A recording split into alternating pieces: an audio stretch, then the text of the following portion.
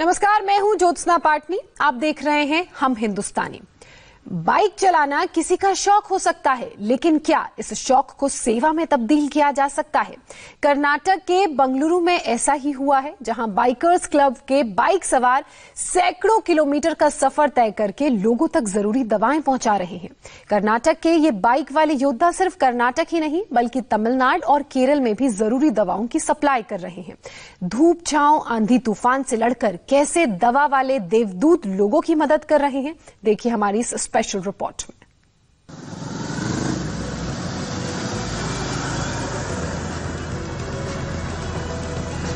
ये दवा वाले देवदूत हैं।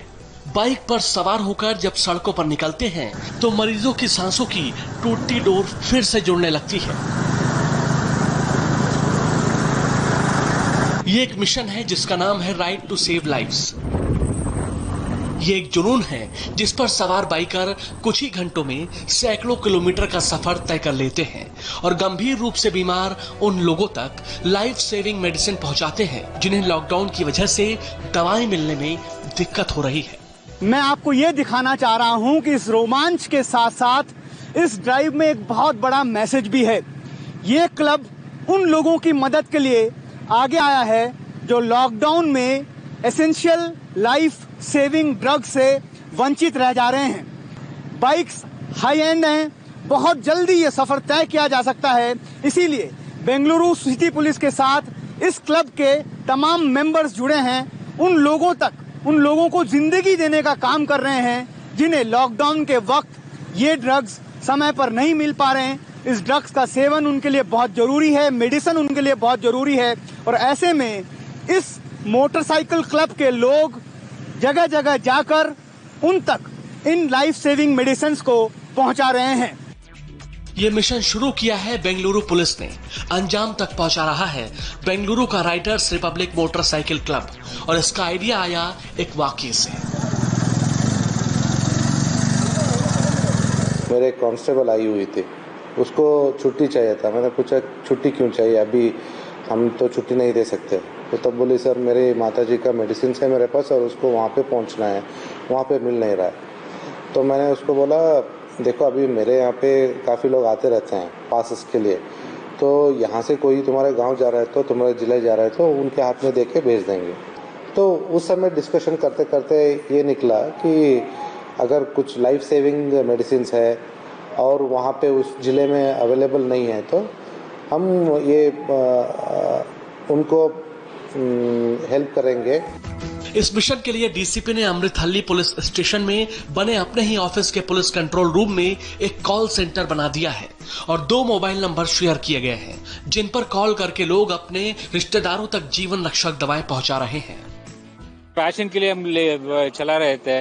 अभी एक स्पेसिफिक रिक्वायरमेंट था, एटलीस्ट जो भी जिसको भी रिक्वायरमेंट था एटलीस्ट उसको मदद हो रहा है हमारे तरफ से, वो अच्छी बात है। देखिए एक्चुअली सही पूछेंगे तो हम लोग को भी, मेरे को भी कहीं ना कहीं से लग रहा था कहीं ना कहीं हम कंट्रीब्यूट करें इसके लिए। ये जो अभी कोविड का जो इश्यू चल रहा है तो ये एक अच्छा हम लोग को मोटिव दिया गया कि जाके दवा देकर आई और we feel really proud of it. हम लोग को एटलीस्ट किसी को मतलब हम सहायता कर पा रहे हैं इस तरह से, तो अच्छा लग रहा हम लोग को। दवाएं पहुंचाने का काम सिर्फ कर्नाटक में नहीं हो रहा, मदद की ये गाड़ी तमिलनाडु और केरल तक दौड़ रही है। बाइकर्स क्लब के मेंबर्स को सबसे पहला टास्क केरल का मिला। कन्नूर में सेना के एक रिटायर्ड कर्नल को कैंसर की दवा पहुंचानी थी। बेंगलुरु में रहने वाली रिटायर्ड कर्नल की बहू कुरियर से दवा भेजती थी। लॉकडाउन में कुरियर सेवा बंद हो गई तो कॉल सेंटर पर फोन कर मदद मांगी। बाइकर्स क्लब के सदस्यों ने अपनी हाई एंड बाइक्स की मदद से बेंगलुरु से 350 किलोमीटर की जो दूरी तकरीबन 9 घंटे में तय की जाती है उसे 4 ही घंटे में पूरा कर लिया। केरल बॉर्डर पार करने की मंजूरी नहीं थी तो बॉर्डर पर ही केरल पुलिस से दवा रिसीव करा ली और अगले कुछ मिनटों में यह दवा रिटायर्ड कर्नल तक पहुंच गई। अभी हम लोगों ने केरला बॉर्डर पे बेंगलुरु से केरला बॉर्डर 350 किलोमीटर बाइक पे चल के उधर मेडिसिन डिलीवर किए। सब लोगों को खुशी हुआ। रिपब्लिक राइडर्स की हवा से बातें करने वाली ये बाइक एक 4 साल के बच्चे के लिए केरल तक जा पहुंची। दवा बेंगलुरु में मिल रही थी। बेबस पिता ने कॉल सेंटर पर फोन किया और जब दवा घर पहुंची तो खुशी का ठिकाना ना रहा। Thank you, sir. It's really very helpful and really quick in delivering this treatment. Thanking you and thanking the Bangalore police and all of them who were involved in putting Varun Gupta, sir. Thanks a lot and very nice of you. This is nicer for the kids? Yeah, it's for the kids. Kannada फिल्मों के जाने माने अभिनेता दिंगत भी bikers club के साथ इस मुहिम में जुड़ गए हैं। ये तस्वीर उस वक्त की है जब दिंगत ने डीसीपी से जीवन रक्षक दवाएं ली और अपने एक साथी के साथ केरल बॉर्डर के लिए निकल पड़े। रास्ते में बारिश शुरू हो गई लेकिन मिशन बंद नहीं हुआ। बरसात के बीच बाइक पर सफर करते हुए दिंगत ने तय समय से पहले दवा जरूरतमंद तक पहुंचा दी।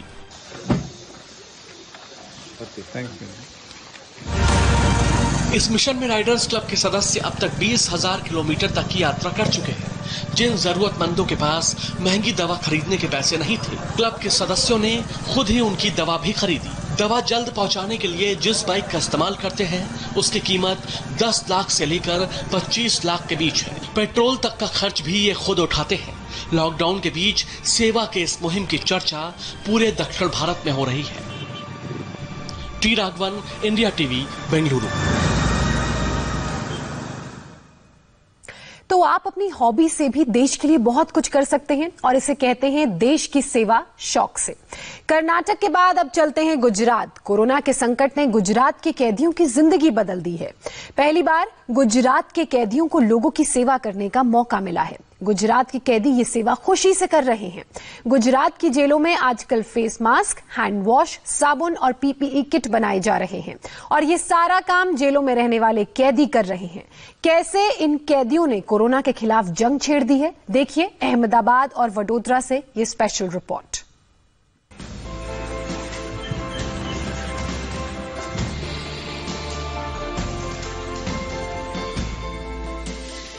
जिन हाथों में हथकड़ियां होती हैं वो हाथ मास्क बना रहे हैं। जिनके जुर्म के चर्चे थे उनके हुनर के चर्चे हो रहे हैं। फेस मास्क बन रहे हैं, पीपीई किट तैयार हो रहे हैं। जेल की चार दीवारी किसी बड़ी फैक्ट्री की तरह काम कर रही है। ये अहमदाबाद की साबरमती सेंट्रल जेल है, जहां के कैदी कोरोना के खिलाफ चल रही जंग में बड़ी भूमिका निभा रहे हैं। 30 से भी ज्यादा कैदी मिलकर रोज 2000 से ज्यादा फेस मास्क बना रहे हैं। प्रति मास्क 10 रुपए की दर से बिक्री की जा रही है और साबरमती जेल के कैदी अब तक 1 लाख से ज्यादा मास्क बना चुके हैं। अहमदाबाद के इस जेल के कैदियों ने अब पीपीई किट बनाने का काम भी तेज कर दिया है। राज्य के 28 जेल के कर्मचारियों के लिए 500 किट बनाई जा चुकी है। फिलहाल रोज 50 किट का टारगेट रखा गया है। सभी जेलों से मिले ऑर्डर पूरे होने के बाद दूसरी संस्थाओं के लिए भी पीपीई किट के उत्पादन का काम शुरू किया जा रहा है। पहले तो हम लोग इंटरनल यूज अपने जेलों के लिए ही करेंगे। हमारे पास में 28 जेल है, तो पहले प्राथमिक तौर पे हम लोग अपने जेल्स के अंदर उपयोग करेंगे। इसके बाद में हम लोग बाकी संस्थाओं को और जिसको भी जरूरत है उनको उपयोग में देंगे। हम पहले से ही 1 लाख से ऊपर मास्क बनाए हुए हैं और हम लोग इंटरनल यूज भी किए हैं, सब कैदियों को दिए हैं, हमारे पुलिस पर्सनल, प्रिजन पर्सनल्स को दिए हैं और जो म्युनिसिपल कॉर्पोरेशंस हमारी और अदर गवर्नमेंट एजेंसीज ने जो मदद मांगा है उनको भी हम लोगों ने सब ये बना के दिया हुआ है। साबरमती जेल के कैदियों ने कई सैनिटाइजिंग टनल भी तैयार किए हैं।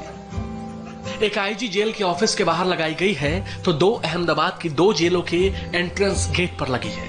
एक टनल वडोदरा और एक पाटन जेल के आगे भी फिट कर दी गई है और अब ये सैनिटाइजिंग टनल गुजरात की सभी 28 जेलों के लिए तैयार की जा रही है।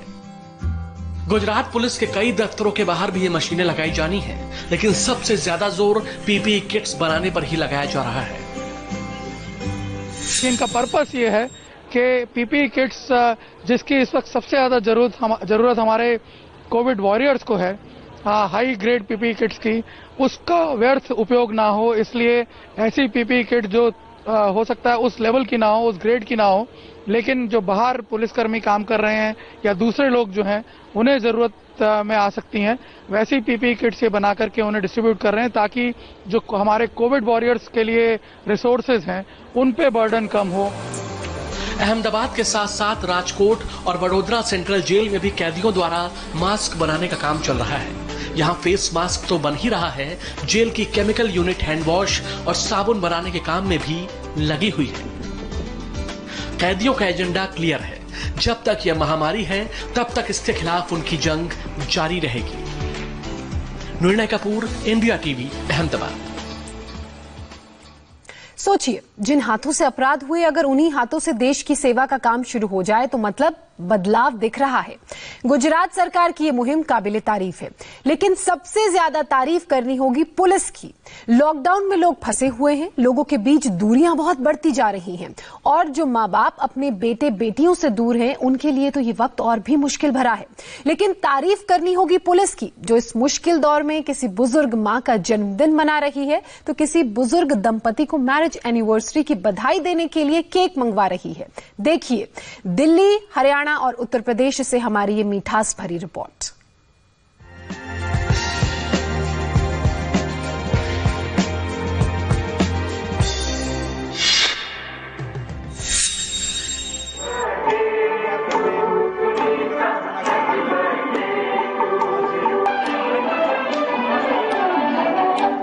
बार बार दिन ये आए, बर्थडे सेलिब्रेशन का ये सदाबहार गीत है जो लॉकडाउन में भी इसलिए बज रहा है क्योंकि दिल्ली की दिलवाली पुलिस घर घर खुशियों की होम डिलीवरी में लगी है। ये तस्वीर दिल्ली के द्वारका की है। पुलिस ने 86 साल की एक बुजुर्ग महिला का जन्मदिन मनाया। इनका बेटा दिल्ली से 2200 किलोमीटर दूर कर्नाटक के बेंगलुरु में कोरोना वॉरियर है। बेटे के आग्रह पर दिल्ली पुलिस ने कोरोना वॉरियर की मां का जन्मदिन मनाया। मैम, मैंने सुबह आपको फोन किया था। आप फोन तो किया, आपको शुभकामनाएं दी थी जन्मदिन की। बहुत बहुत थैंक्स आपका। डीसीपी ऑफिस द्वारका की ये टीम है, डीसीपी द्वारका, दिल्ली पुलिस की ये टीम है, सीनियर सिटीजन सेल और कम्युनिटी पुलिसिंग सेल, जो आप जैसे बुजुर्गों का ख्याल रखती है। यानी पुलिस जो लोगों को राशन और खाने के पैकेट की सप्लाई का काम कर रही है, अब अपने बच्चों से दूर रहने वाले बुजुर्गों की जिंदगी में भी मिठास घोल रही है। डॉक्टर केबी बाली हैं जो कि बेंगलोर के यहाँ पे, उससे बेंगलोर से भी काफ़ी दूर रूरल एरिया में अपनी एज ए कोरोना वॉरियर्स अपनी सेवाएं दे रहे थे। उनके फ़ोन से डीसीपी द्वारका श्री एंटो अल्फोंस के मोबाइल पे एक मैसेज आया था कि 3-4 दिन बाद मेरी माँ का बर्थडे है, अगर वो वहाँ पे कोई मिठाई पहुँचा दे तो मैं उनको पेमेंट कर दूँगा। जैसे ही वहाँ पे बेल बजाई तो जो है बुजुर्ग महिला अंदर से निकली और उनको जाके हैप्पी बर्थडे बोला तो बड़ी खुश हुई और वहीं पे इस टीम ने मिलकर के केक काटा और उनको जन्मदिन की शुभकामनाएं दी।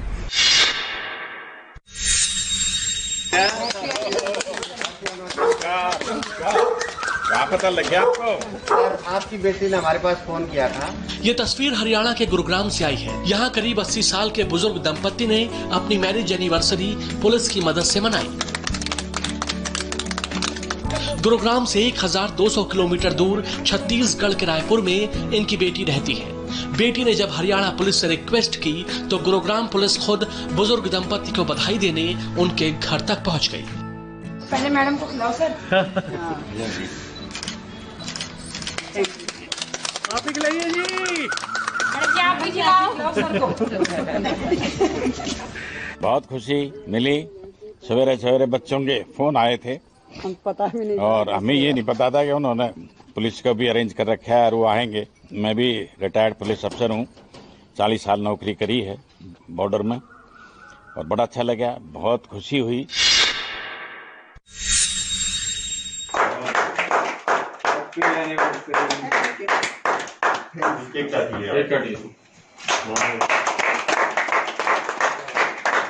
आंटी खिलाइए प्लीज। आप खिलाइए अंकल को, खिलाइए। फोन तो बताया नहीं। इधर देखिए प्लीज, अंकल इधर देखिए, इधर। Very good. दिल्ली और हरियाणा पुलिस की तरह यूपी पुलिस भी बुजुर्गों को खुशियों की होम डिलीवरी कर रही है। मुरादाबाद में एक बुजुर्ग ने अपनी 85वीं सालगिरह यानी शादी की गोल्डन जुबली उत्तर प्रदेश के पुलिस की मदद से मनाई। हमारा तो वैसा कोई प्रोग्राम था ही नहीं, क्योंकि हम बिल्कुल दोनों अकेले थे। बिल्कुल हमें तो बिल्कुल उम्मीद ही नहीं थी कि हम इस प्रकार से हमें आप पुलिस वालों के हमें इतना सहयोग मिलेगा। मेरी बेटी ने उन्हें एसएसपी को फोन करा था और सीएम को भी उस पे करा था ट्विटर पे, तो उन्होंने कहा कि आप चिंता ना करो, हम कर देंगे सब, आप परेशान मत हो। और हमें बहुत अच्छा लगा और बहुत जनता की सेवा भी कर रहे हैं वो, और जनता को भी उनकी सेवा करनी चाहिए। हर बात का ध्यान रखना चाहिए कि भाई परेशान ना ज्यादा करें उन्हें, घर से ना निकलें, घर में ही रहें। बुजुर्गों का ख्याल रखना सबसे बड़ा फर्ज है। इस वक्त लॉकडाउन में जो बुजुर्ग घरों पर अकेले हैं, उनको इस तरह खुशियों वाले केक की सप्लाई बहुत काबिले तारीफ है।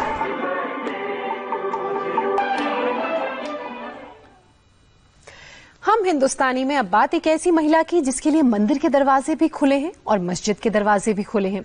दिल्ली की ये कोरोना वॉरियर मंदिरों और मस्जिदों में कर रही हैं सैनिटाइजेशन का काम। इस मुहिम में दिल्ली में मजहब की दीवार को गिरा दिया है। इस कोरोना वॉरियर ने अपनी मुहिम से नफरत के वायरस तक को मिटा दिया है। मुस्लिम महिलाएं किसी चीज में पीछे नहीं है और ये हमारा मंदिर है श्री नव दुर्गा मंदिर।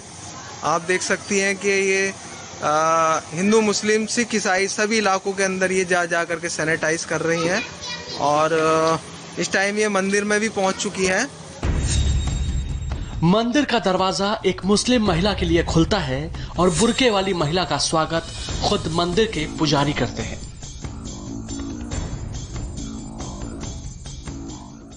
इन्होंने कहा कि भी हमारे लिए धर्म कोई मायने नहीं है, सबसे पहले इंसानियत है। हमारा धर्म, हमारा मजहब जो है इस्लाम मजहब यही सिखाता है कि सभी धर्म की इज्जत करें।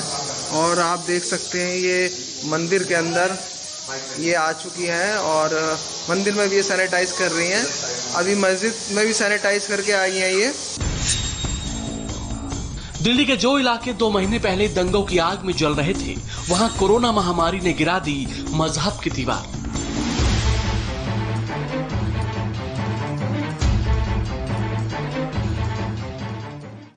तो मंदिर हो, मस्जिद हो, गुरुद्वारे हो, गिरजाघर हो, इनका कहना यह है कि सभी उस ईश्वर, उस परमात्मा की घर है और हमें जो है ये सभी जो है सुरक्षित करने हैं। अपने देश को सुरक्षित करना है, अपने भारत को सुरक्षित करना है। और आप ये देख सकती हैं किस तरह से ये सैनिटाइज कर रही हैं। पीठ पर सैनिटाइजर का ड्रम और हाथ में स्प्रे वाली पाइप। 32 साल के इमराना दिल्ली के नेहरू विहार के मां दुर्गा मंदिर को डिसइंफेक्ट कर रही हैं। देवी की मूर्ति से लेकर पुजारी के कमरे तक इमराना ने हर जगह सैनिटाइज कर दी। नॉर्थ दिल्ली में बड़ी तादाद में मंदिर, मस्जिद और गुरुद्वारे हैं। इनमें से ज्यादातर धार्मिक स्थलों को सैनिटाइज करने की जिम्मेदारी इमराना ने ले रखी है। 3 बच्चों की मां इमराना ने रोजा रखा है, लेकिन हर रोज नियम से मंदिर, मस्जिद और गुरुद्वारे जाकर सैनिटाइजेशन का काम करती हैं। जी हमें बहुत अच्छा लग रहा है और इसमें हमारे देश की सेफ्टी है और इस बीमारी से लड़ने के लिए हम निकले हैं और हम किसी धर्म में फर्क नहीं समझते। हिंदू, मुस्लिम, सिख, ईसाई आपस में सब मिलजुल के रहते आए हैं और रहेंगे और हम ये देश को पैगाम देना चाहते हैं कि हम किसी उसमें फर्क नहीं समझते और हम सब जगह जा करके मस्जिद में भी हमने सैनिटाइज किया और हम मंदिर में भी सैनिटाइज करना है। रोजेदार कोरोना वॉरियर इमराना हर रोज इसी तरह महामारी के खिलाफ जंग पर निकलती है और जब भी मंदिर जाती हैं, पुजारी बड़े सम्मान से उनका स्वागत करते हैं। ये जन हित के लिए ये जो भी कर सकते हम वो करें, एक दूसरे का सहयोग करें, जिससे बीमारी को जल्दी से जल्दी खत्म किया जाए और आनंद से रहें। हिंदुस्तान की गंगा जमुनी तहजीब की मिसाल कायम कर रही इमराना इस मिशन में अकेले नहीं है। उनकी मुहिम में नसीम बानो जैसी दूसरी महिलाएं भी हैं। ये वजन कुछ नहीं है, अपने देश के एक बीड़ा उठाया है अपने देश को बचाने का, तो उस बीड़े के आगे ये वजन हमें कुछ नहीं लगता, हमें रोजा नहीं लगता, हमें लगता है कि हम बाहर निकलें और सैनिटाइज करें अपना मोहल्ला, अपना एरिया, जहां जरूरत है वहां सैनिटाइज करें ताकि देश हमारा बीमारी से बचा रहे, हम लोग स्वस्थ रहे। इमराना और नसीम बानो जैसी महिलाओं को मंदिर की घंटियों और मस्जिद के अजान में कोई फर्क नजर नहीं आता। इमराना ने जो राह दिखाई है उस पर उन लोगों को जरूर चलना चाहिए जो मजहब के नाम पर दिन रात एक दूसरे से लड़ते रहते हैं। इंडिया टीवी के लिए दिल्ली से विजय लक्ष्मी की रिपोर्ट। और इसीलिए हम ये कह रहे हैं कि इमराना की ये पहल काबिले तारीफ है। फिलहाल रुकेंगे एक छोटे से ब्रेक के लिए। ब्रेक के बाद देखिए दिल्ली पुलिस के कोरोना विनर को कैसे हुआ थाने में स्वागत।